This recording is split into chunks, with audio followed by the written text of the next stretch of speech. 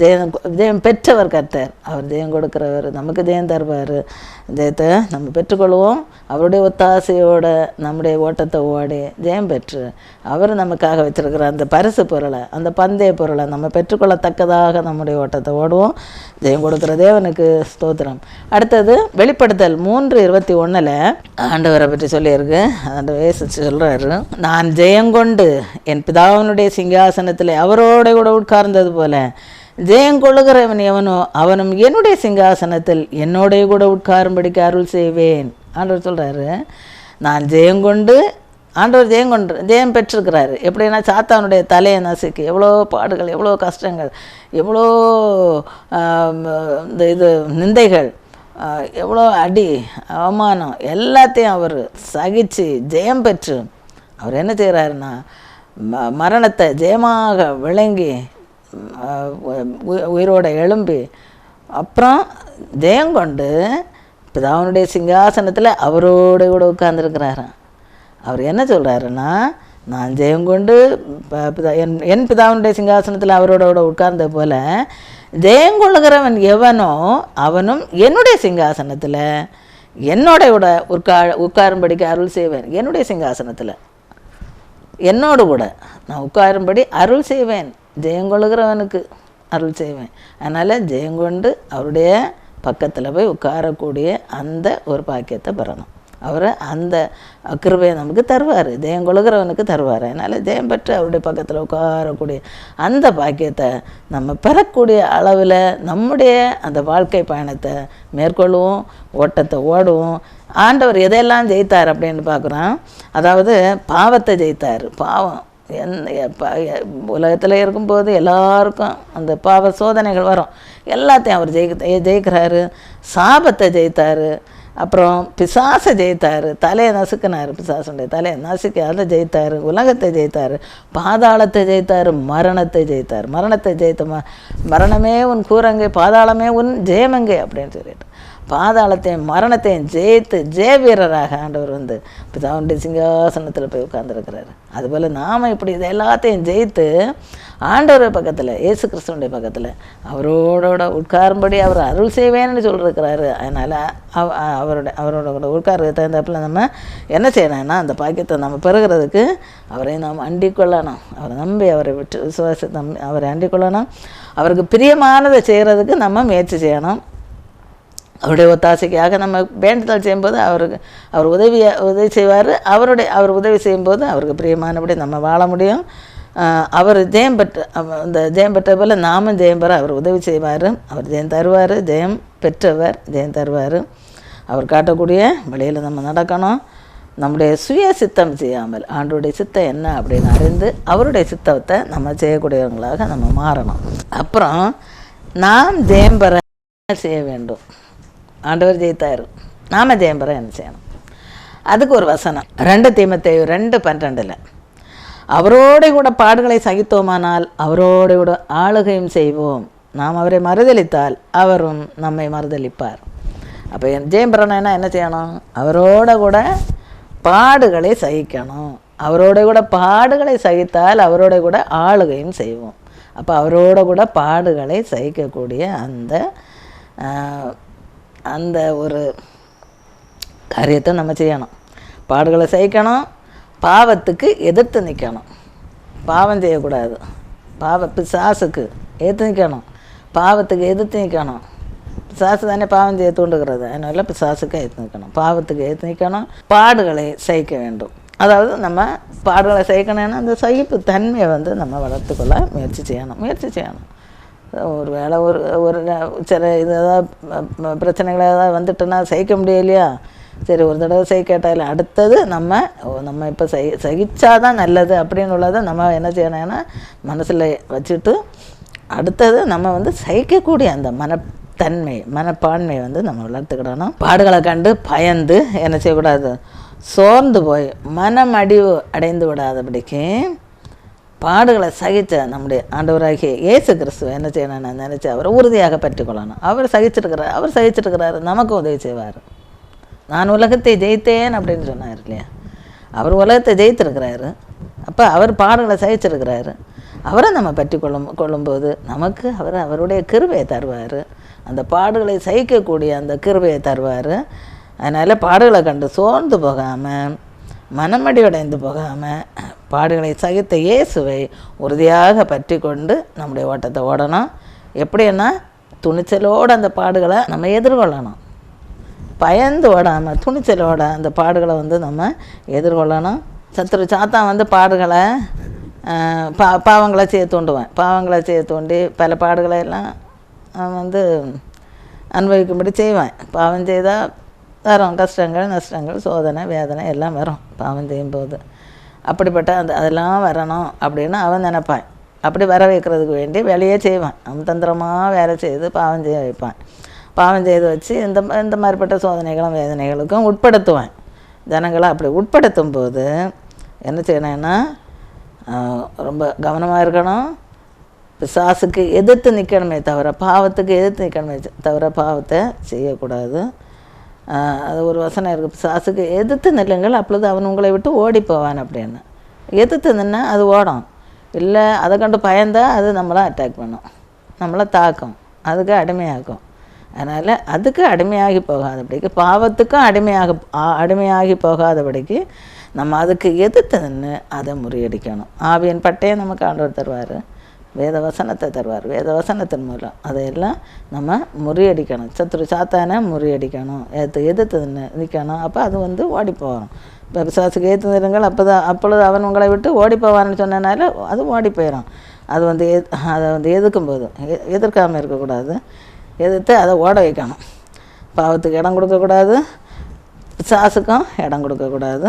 பிசாசனுடைய விருப்பத்தை செய்யாதபடிக்கு ஆண்டவருடைய விருப்பம் என்ன அப்படின்னு பார்த்து அதை செய்யணும். பாவத்துக்கு விலகி ஓடணும். யோசேப்பு விலகி ஓடணும் போல் பாவத்தை கண்டு பயந்து விலகி ஓடிடணும். பிசாசை எதிர்த்து நிற்கணும், பாவத்துக்கு எதிர்த்து அதை முறியடிக்கணும். பாவத்தை ஜெயித்த ஆண்டவராக இயேசு கிறிஸ்துவை நம்ம பற்றி கொண்டால் நமக்கு ஆண்டவர் உதவி செய்வார். உதவியை செய்து நம்ம அந்த பாவத்திலேருந்து ஜெயம் பெறலாம். அடுத்தது நம்ம நம்முடைய ஓட்டத்தை கண்டினியூ பண்ணலாம். நம்முடைய ஓட்டத்தை ஒவ்வொரு பாவங்களும் ஒவ்வொரு ஸ்டேஜுக்கு ஒவ்வொரு விதமான பாவங்கள் வரும். அந்த பாவங்களை எல்லாம் முறியடித்து என்ன செய்யணும்னா ஜெயித்து அடுத்த ஸ்டேஜுக்கு போகணும். போய் கடைசியில் அந்த எண்டு பாயிண்ட் வரையெல்லாம் இருக்கும் தடைகள். அந்த தடைகளை எல்லாம் தகர்த்து முன்னேறி நம்முடைய அந்த கோலை ரீச் பண்ணி நம்ம அந்த நமக்குன்னு வச்சுருக்கிற அந்த பந்தய பொருளை பெறதுக்கு தகுந்தாப்பில் நம்முடைய ஓட்டத்தை ஓடணும். அடுத்தது பாவம்னா என்ன? பாவத்துக்கு ஏற்றிக்கணும், பாவம் செய்யக்கூடாது. பாவம்னா என்ன? நியாயப்பிரமாணத்தை மீறுதல் தான் பாவம். 1 யோவான் 2:4 சொல்லியிருக்கு, பாவம் செய்கிற எவனும் நியாயப்பிரமாணத்தை மீறுகிறான். நியாயப்பிரமாணத்தை மீறுகிறதே பாவம். நியாயப்பிரமாணத்தை மீறுகிறது பாவம். பாவம் செய்கிறவங்க எல்லாரும் நியாயப்பிரமாணத்தை மீறுகிறேன் அப்படின்ட்டுருக்கு. அதனால் நம்ம என்ன செய்யணும்னா நியாயப்பிரமாணத்தை மீறாதபடிக்கு அதுக்கு கீழ்ப்படிந்து நடக்கக்கூடிய முயற்சியையும் பயிற்சியும் மேற்கொள்ளணும். அதுக்கு என்ன செய்யணும்னா கட்டளைகளுக்கு, அதாவது கட்டளைகளையும் நம்ம மீறாதபடிக்கு அதுக்கு கீழ்ப்படிந்து நடக்கணும். கட்டளைகளையும் மீறுறது பாவம். அதனால் அதை மீறாதபடிக்கு அதுக்கு கீழ்ப்படிந்து நடக்கக்கூடிய அந்த பயிற்சி, அந்த முயற்சியில் நம்ம ஈடுபடணும். ஆதாம் ஏவாளும் ஆண்டவர் சொன்ன கட்டளையை மீறினால அதை பழம் சாப்பிடக்கூடாதுன்னு சொன்னதை அவங்க சாப்பிட்றாங்க. அடுத்தது பாவம் செய்தவங்களாக மாறினாங்க. அதனால் பாவம் உலகத்தில் பிரவேசித்தது. அதனால தான் பாவம் வந்தது. அதனால் கட்டளைகளுக்கு நம்ம கீழ்ப்படிந்து நடக்கக்கூடிய அந்த பழக்கத்தை நம்ம ஏற்படுத்திக்கிடணும். அதுக்குள்ள முயற்சியை நம்ம செய்யணும். 2வது, நன்மை செய்யாதிருந்தால் பாவம். அதனால் நன்மை செய்யக்கூடியவர்களாக நம்ம வாழணும். நீதிமொழிகள் 3:27 என்ன சொல்லியிருக்குன்னா, நன்மை செய்யும்படி உனக்கு திராணி இருக்கும்போது அதை செய்யத்தக்கவர்களுக்கு செய்யாமல் இராதே. நன்மை செய்யும்படிக்கு திராணி இருக்கும்போது செய்யத்தக்கவர்களுக்கு செய்யாமல் இராதே அப்படின்னு ஒன்று. 2வது, யாக்கோபு 4:17 ஒருவன் நன்மை செய்ய அறிந்தவனாக இருந்தும் அதை செய்யாமற் போனால் அது அவனுக்கு பாவமாக இருக்கும். ஒருவன் நன்மை செய்ய அறிந்தவனாக இருந்தும் அதை செய்யாமல் போனால் அது அவனுக்கு பாவமாக. அதுபோல் நன்மை செய்ய உனக்கு திராணி இருக்கும்போது நீ அதை செய்யாமல் இருந்தால் அது பாவம். திராணி இருக்கும்போது என்ன செய்யணும்? நன்மை செய்யணும். நன்மை செய்ய அறிந்திருந்து செய்யாமல் இருந்தால் பாவம். அதனால் அறிந்திருந்தால், நன்மை செய்ய அறிந்திருந்தால் அதை செய்யணும். அதனால் இந்த நன்மை செய்யக்கூடிய அந்த பழக்கத்தை நம்ம அந்த பழக்கத்தை நம்ம கடைபிடிக்கணும். அதுக்குள்ள முயற்சியில் நம்ம ஈடுபடணும். நன்மை செய்யக்கூடியவர்களாக நம்ம மாறணும். ஆண்டவர் கடவுள் ஆபேலையும் அவன் காணிக்கையும் அங்கீகரித்தார். காயனையும் அவன் காணிக்கையை என்ன செய்யலைன்னா அங்கீகரிக்கலை. அப்போ காயனுக்கு என்ன ஆகுதுன்னா மிகவும் எரிச்சல் அவனுக்கு உண்டாச்சு தான். அவனுடைய முகநாடியே வேறுபட்டு தான் மிகவும் எரிச்சல் அடைஞ்சு ஆபேல் காணிக்கை அங்கீகரிச்சுட்டு இருக்கிறாரு, என் காணிக்கை அப்படியே இருக்குது அங்கீகரிக்கலை அப்படின்னு அவனுக்கு ரொம்ப கோபம் அவனுடைய முகநாடியே மாறுபட்டதான். உடனே ஆண்டவர் அதை பார்த்துட்டு இருந்த ஆண்டவர் சொல்கிறாரு, ஆதியாகமம் 4:7, நீ நன்மை செய்தால் மேன்மை இல்லையோ, நீ நன்மை செய்யாதிருந்தால் பாவம் வாசற்படியில் படுத்திருக்கும். நீ நன்மை செய்தால் உனக்கு மேன்மை இல்லையா, நீ நன்மை செய்யாமல் இருந்தால் பாவம் வாசற்படியில் படுத்திருக்குன்னு சொல்கிறாரு. அப்போ நன்மை செய்யாதிருந்தால் நமக்கு பாவம். நன்மை செய்யணும். நன்மை செய்கிறவர்களாக இருந்தால் நமக்கு ஆசீர்வாதம் கிடைக்கும். நன்மை செய்யக்கூடிய குணத்தை நம்ம வளர்க்குறதுக்கு முயற்சி செய்யணும். ஏழைக்கு இறங்குகிறவன் கர்த்தருக்கு கடன் கொடுக்குறான் அப்படின்றது. அப்போ என்ன செய்யணும், ஏழைகளுக்கு இறங்கக்கூடிய அந்த தன்மையை நம்ம வளர்த்துக்கிடணும். அப்போஸ்தலர் 10:38 நசரேயனாகிய இயேசுவை தேவன் பரிசுத்த ஆவியினாலும் வல்லமையினாலும் அபிஷேகம் பண்ணினார். தேவன் அவருடனே கூட இருந்தபடியினாலே அவர் நன்மை செய்கிறவராயும் பிசாசன் வல்லமையில் அகப்பட்ட யாவரையும் குணமாக்குகிறவராயும் சுற்றி தெரிந்தார் அப்படின்னு பார்க்குறோம். அதாவது நசரேயனாகிய இயேசுவை ஆண்டவர் என்ன செய்தாராம், பரிசுத்த ஆவியினாலும் வல்லமையினாலும் அபிஷேகம் பண்ணார். அப்புறம் ஆண்டவர் அவரோடு கூட இருந்ததுனால அவர் என்ன செய்தார், நன்மை செய்கிறவராயும் பிசாசன் வல்லமையில் அகப்பட்ட எல்லாரையும் குணமாக்குகிறவராயும் சுற்றி திரிந்தார். எல்லாரையும் குணமாக்கி அடுத்த ஒவ்வொரு கிராமமாக சுற்றி திரிந்தார். நன்மை செய்கிறவராக சுற்றி திரிந்தார். அந்த பிசாசன் வல்லமையில் அகப்பட்ட எல்லாரையும் குணமாக்குகிறவராக சுற்றி திரிந்தார். இப்படி நன்மை செய்யணும். நன்மை செய்கிறவராக ஆண்டவராகிய இயேசு கிறிஸ்து சுற்றி திரிந்தது போல் நாமும் நன்மை செய்யணுங்கிறதுக்கு தான் அவர் ஒரு மாடலாக நமக்கு காட்டியிருக்கிறாரு. அன்றைக்கு நன்மை செய்கிறவராக சுற்றி திரிந்த நம்முடைய ஆண்டவராகிய இயேசு கிறிஸ்து இன்றைக்கு என்ன செய்கிறாரு, இன்றைக்கும் அதே நன்மையை தான் செய்துகிட்டே இருக்கிறாரு. சுற்றி திரிந்துட்டு அவர் நன்மை செய்கிறவராக தான் அவர் நம்மோடு உலாவி கொண்டிருக்கிறார் அப்படின்னு பார்க்குறோம்.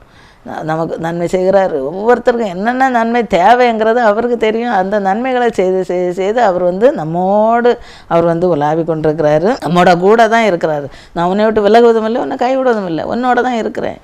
நான் உன்னோடு கூட இருந்து நீ அறியாத எட்டாவது பெரிய காரியங்களை செய்வேன்னு சொல்கிறாரு. அப்படி அவர் நம்மோட கூட இருக்கிறாரு. நம்மை காண்கிற தெய்வம், நான் உன்னை காண்கிற ஆண்டவர் நம்ம காண்கிறாரு. ஆகாரன் அழுகையை பார்த்தார், கண்ணீரை கண்டவர், காண்கிற தேவன். ஆகார் அழுது அப்படியே இது பண்ணுறதை அப்படியே நெக்லெக்ட் பண்ணலை. அவருடைய கண்ணீரை கண்டு அந்த கண்ணீரை துடைக்கிறதுக்கு அவர் ஆவல் உள்ளவராக இருந்தார். துடைச்சி அவர் எதுக்காக தண்ணி இல்லையேன்னு உடனே துறவை காட்டி அவருடைய அந்த கண்ணீரை துடைக்கிறாரு. அதுபோல் ஆண்டவர் நம்முடைய கஷ்டங்கள் வேதனைகள் எல்லாத்தையும் நீக்குவார். நம்முடைய கண்ணீரையும் அவர் துடைக்கிறதுக்கு ஆவல் உள்ளவராக இருக்கிறாரு. ஆனால் நம்ம என்ன செய்யணும்னா அவரை நோக்கி பார்க்கணும், அவரை அண்டி கொள்ளணும். அவர் நன்மை செய்கிறவராக சுற்றி திரிகிறார், குணமாக்குகிறவராக பிசாசன் வல்லமையில் எப்படி எல்லாரையும் சுகப்படுத்துகிறவராக குணமாக்குறவராக அவர் சுற்றி உலாவிட்டே இருக்கிறார். அவரை நம்ம அறிந்து கொள்ளணும், அவரை பற்றி கொள்ளணும், அவரை உறுதியாக நம்ம பற்றி கொள்ளணும், அவரை நம்பணும், அவரை விசுவாசிக்கணும், அவருக்கு பிரியமாக நடக்கணும். அவர் கைவிடாத நேசர். அவர் என்ன சொல்லியிருக்கிறாருன்னா, ஆபத்து காலத்தில் என்னை நோக்கி கூப்பிடு, நான் உன்னை விடுவிப்பேன், நீ என்னை மகிமைப்படுத்துவாய், என்னை நோக்கி கூப்பிடுன்னு சொல்கிறாரு. நம்ம ஆனால் அவரை நோக்கி கூப்பிடாமல் இருந்தால் நம்ம அவருடைய ஆசீர்வாதத்தை பெற முடியாது. அதனால் என்னன்னாலும் அவர்கிட்ட போய் தெரிவித்தா போகிறோம். ஆண்டவரே எனக்கு உதவி செய்யுங்கன்னா அவர் உதவி செய்வார். அவர் நன்மை செய்கிறவராக எல்லா இடங்கள்லையும் அவர் உலாவிட்டுருக்கிறவர். அதனால் அவர்கிட்ட நம்ம கேட்கணும், அவர்கிட்டேருந்து நன்மைகளையும் ஆசீர்வாதங்களையும் பெற்றுக்கொள்ளணும். பாவ போராட்டங்கள், சாபம் இதெல்லாம் இருந்துச்சுன்னா அதுலேருந்து நம்ம விடுதலை பெறுறதுக்கு ஆண்டவரை அண்டிக் கொண்டு அவருடைய ஒத்தாசைக்காக நம்ம கெஞ்சணும். அவர் வந்து உதவி செய்வார். இந்த பாவ போராட்டங்கள்லேருந்து விடுதலை தருவார். ஆசை இச்சைகளை விட முடியல ஆண்டோட கேட்கும்போது அவர் விடுறதுக்கு உதவி செய்வார். அப்போ அந்த பாவ போராட்டங்கள்லேருந்து விடுதலை பெற உதவி செய்வார். அதனால் வரக்கூடிய வியாதி பலவீனங்களையெல்லாம் போக்குறதுக்கும் அவர் வந்து உதவி செய்வார். வறுமை, பஞ்சம், அப்புறம் கடன் பாரங்கள் இந்த மாதிரி இருந்துன்னா அந்த பிரச்சனைகளை நீக்கிறதுக்கும் அந்த இடத்துல நம்ம கேட்கும்போது அவர் வந்து அதுலேருந்து அந்த பிரச்சனைகள்லேருந்து விடுதலை தருவார். நம்முடைய தேவைகளை எல்லாம் நம்ம ஆண்டவர்கிட்ட தெரிவிக்கும்போது அவர் வந்து அந்த தேவைகளை சந்திக்க உதவி செய்வார். உடம்பு சரியில்லைன்னா அல்லது பலவீனமாக இருந்தால், வியாதியாக இருந்தால், அப்படிப்பட்ட சூழ்நிலையில் ஆண்டவரை நோக்கி நம்ம விண்ணப்பம் பண்ணும்போது அவர் நம்மை குணமாக்குகிறவராக இருக்கிறார். அவருடைய தழும்புகளால் சுகமானீர்கள் அப்படின்ட்டுருக்கு. அதனால் அவர் வந்து நம்ம குணமாக்குகிறவர், குணமாக்குவார், பிரச்சனைகள்லேருந்து விடுதலை தருவார். அதனால் வேறு ஏதாவது ஆசீர்வாதங்களை நமக்கு பெறணும்னா அந்த ஆசீர்வாதங்களை நம்ம கேட்கும்போது அவர் தருவார். அவர் தரதுக்கு அவர் ஆவல் உள்ளவராக இருக்கிறாரு, தர வல்லவர். அவரால் கூட காரியம் ஒன்றுமே இல்லை. என்ன ஆசீர்வாதம் தேவையோ அதை நம்ம வந்து கேட்டு பெற்றுக்கொள்ளலாம். அவர் ஆசீர்வதிக்க வல்லவராக இருக்கிறாரு. அவரை நோக்கி பார்த்து தப்பினார்கள் அப்படின்றது அவரை நோக்கி பார்க்கணும். அவருக்கு பிரியமான வாழ்க்கை வாழ நம்ம ஒப்படைக்கணும். அவருடைய சித்தம் செய்ய நம்ம அர்ப்பணிக்கணும். அவர் காட்டிய மாதிரியை பின்பற்றணும். அவர் நன்மை செய்கிறவராக சுற்றி திறந்தாருன்னு காட்டியிருக்கிறார் இல்லையா, அந்த மாதிரியை நம்ம பின்பற்றி நாம் நன்மை செய்கிறவர்களாக நம்ம வாழணும். அதுக்கு தகுந்தாப்பில் நம்மை வந்து தகுதிப்படுத்திக்கிடணும். அவர் சொன்ன ஆலோசனையை நம்ம பின்பற்றணும். அவர் என்ன ஆலோசனை சொன்னாருன்னா இந்த லூக்கா 6:35 சொல்லியிருக்கு. அதாவது உங்கள் சத்துருக்களை சிநேகியுங்கள், நன்மை செய்யுங்கள், கைமாறு கருதாமல் கடன் கொடுங்கள், அப்பொழுது உங்கள் பலன் மிகுதியாக இருக்கும். உன்னதமானவருக்கு நீங்கள் பிள்ளைகளாக இருப்பீர்கள். அவர் நன்றி அறியாதவர்களுக்கும் துரோகிகளுக்கும் நன்மை செய்கிறாரே. அது என்ன செய்யணும்? அவர் தார ஆலோசனை இதை நம்ம செய்யணும். இதுபடி செய்தால் நமக்கு ஆசீர்வாதம் ஆட்டோமேட்டிக்காக வரும். நம்ம கேட்காமலே அவர் தருவார். அவர் ஏன்னா நம்மை காண்கிற தேவன். அதனால் பார்த்துட்டே இருக்கிறாரு. நீ என்ன செய்கிறியோ உன் கிரியைக்கு தகுந்த பலனை தர்றதுக்கு அவர் ஆவல் உள்ளவராக இருக்கிறார். கிரியைக்கு தகுந்த பலன். அப்போ இப்படிப்பட்ட கிரியையாக இருந்தால் ஆட்டோமேட்டிக்காக ஆசீர்வாதம் கிடைக்கும். அதாவது உங்கள் சத்துருக்களை சிநேகிங்கள்னு சொல்லியிருக்கிறார். நன்மை செய்யுங்கள். யாருக்கு? சத்துருக்களுக்கு. சத்துருக்களை முதல்ல சிநேகிக்கணும். அப்புறம் அந்த சத்துருக்களுக்கு நன்மை செய்யணும். கைமாறு கருதாமல் கடன் கொடுங்கள். யாருக்குன்னா சத்துருக்களுக்கு. சத்துருக்கள்னால் ஒன்றும் கொடுக்குறதுக்கு மனசு வராது இல்லையா, அப்படி இருக்கக்கூடாது. சத்துருக்களுக்கு கைமாறு கருதாமல் அவர்களுக்கு கடன் கொடுக்கணுமா.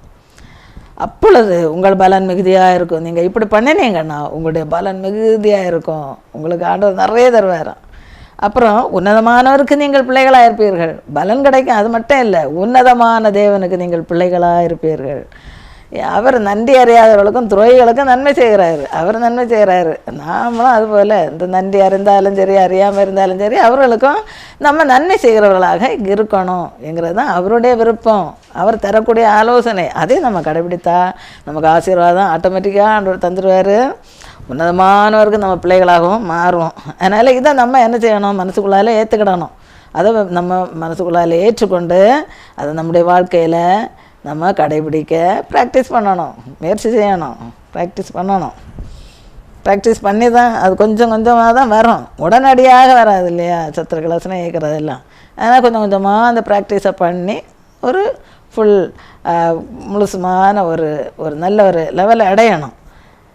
அதனால் அவர் சொல்லக்கூடிய அந்த ஆலோசனையை கேட்டு அதன்படி வாழ நம்ம முயற்சி செய்வோம். அதுக்குள்ள பயிற்சியினை எடுப்போம். அவருக்கு பிரியமான வாழ்க்கை வாழுவோம். ஜெயம் பெற அவர் உதவி செய்வார். அடுத்தது என்ன செய்யணும்னா இந்த மாதிரி அந்த நன்மை செய்யணும் அப்படின்னு பார்க்குறோம். கற்பனைகளுக்கு கீழ்ப்படிந்து நடக்கணும்னு பார்க்குறோம். அடுத்தது இச்சைகளின்படி நடந்தால் பாவம். அதனால் இச்சைகளுக்கு உட்பட்டு விடக்கூடாது. இச்சைகளை கட்டுப்படுத்தணும். இச்சைகளுக்கு உட்பட்டு நடக்காதபடிக்கு அதுகளுக்கு விலகி இருக்கணும். அதாவது இச்சையிலேருந்து விடுதலை பெற முயற்சி செய்யணும். அதில் நம்ம விடுதலை பெற முயற்சி செய்து ஜெயம் பெறணும். யாக்கோபு 1:15 என்ன சொல்லியிருக்குன்னா, இச்சையானது கற்பம் தரித்து பாவத்தை பிறப்பிக்கும், பாவம் பூரணமாகும்போது மரணத்தை பிறப்பிக்கும். இச்சையானது என்ன செய்யுது? கற்பம் தரித்து கொஞ்சம் ஒரு ஆசை சின்ன ஆசை முதல்ல வரும். அடுத்தது இன்னொரு ஆசை கூட சேர்ந்துக்கணும்.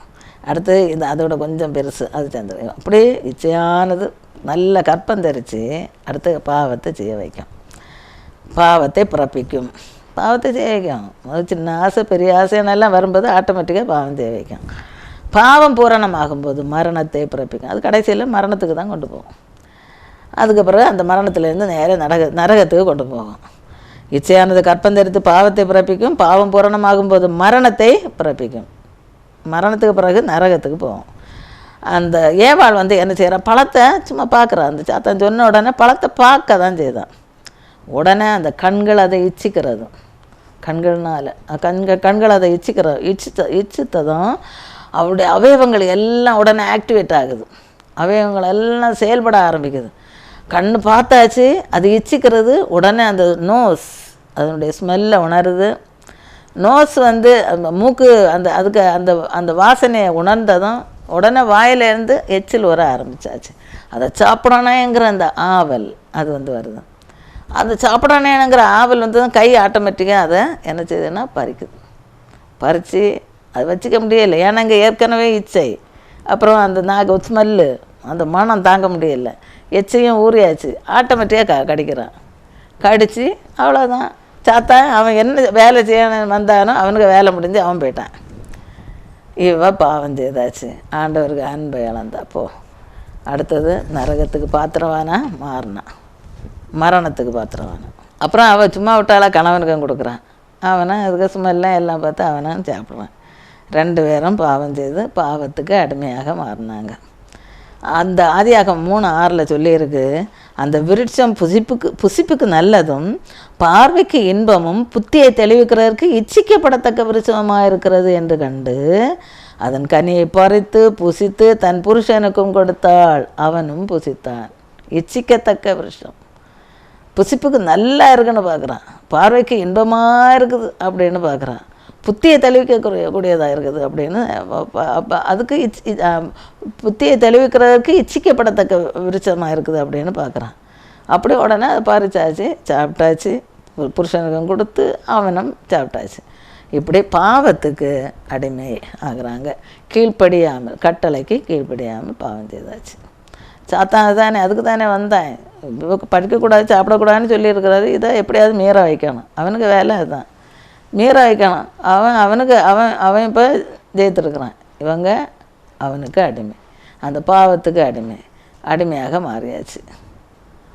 அடுத்தது இதே போல் தான் பார்க்கக்கூடாத நம்ம பார்த்தா அடிமைத்தனத்துக்கு உட்பட வேண்டியது வரும்.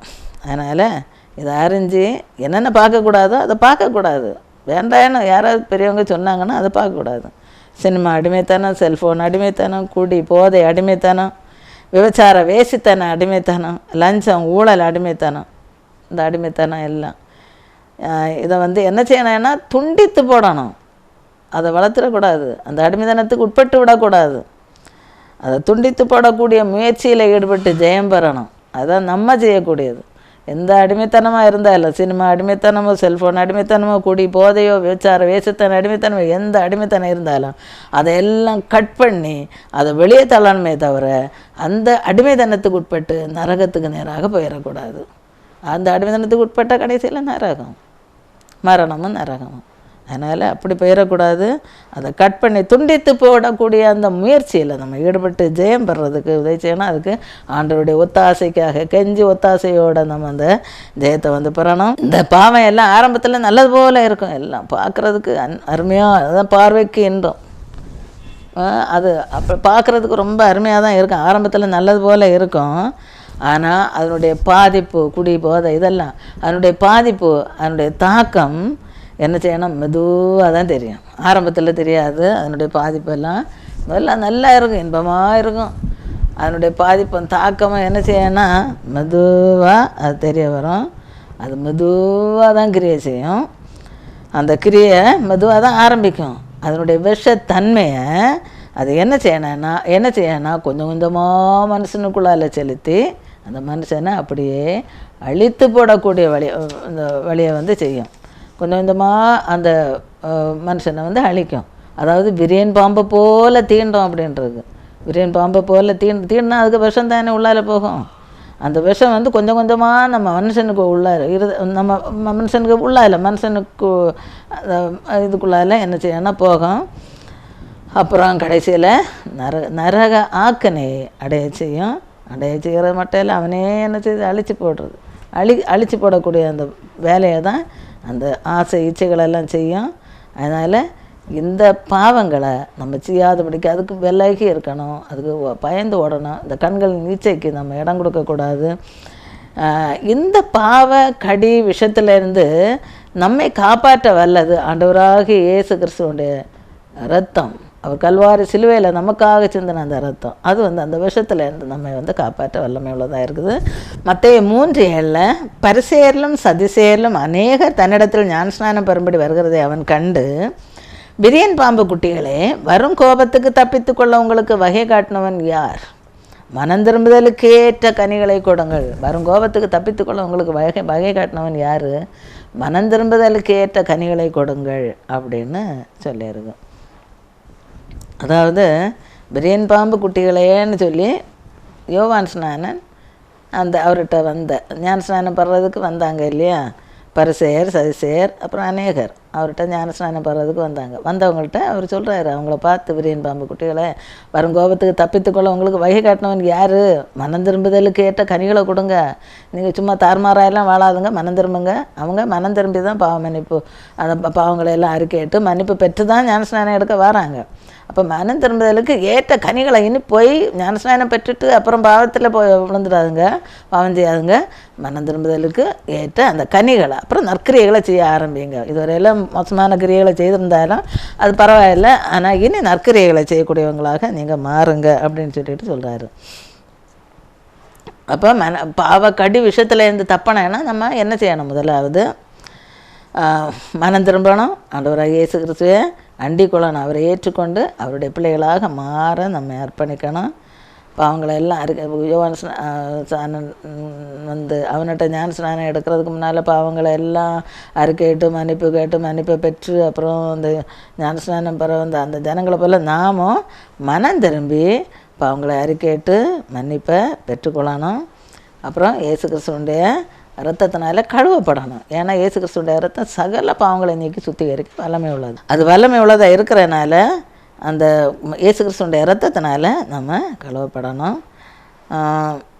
அதுதான் நம்ம அந்த சாபத்தில் இருந்தும் நமக்கு விடுதலையை தரும், நம்ம காப்பாற்ற வல்லது, நம்ம தப்பு பண்ண வல்லது. ஆண்டவருடைய கட்டளையை மீறி நடந்தால் பாவம் செய்தவங்களாக மாறுறாங்க. அது மீறியது பாவம் செய்தால் என்ன வரும்? சாபம், தண்டனை, இதெல்லாம் வரும்.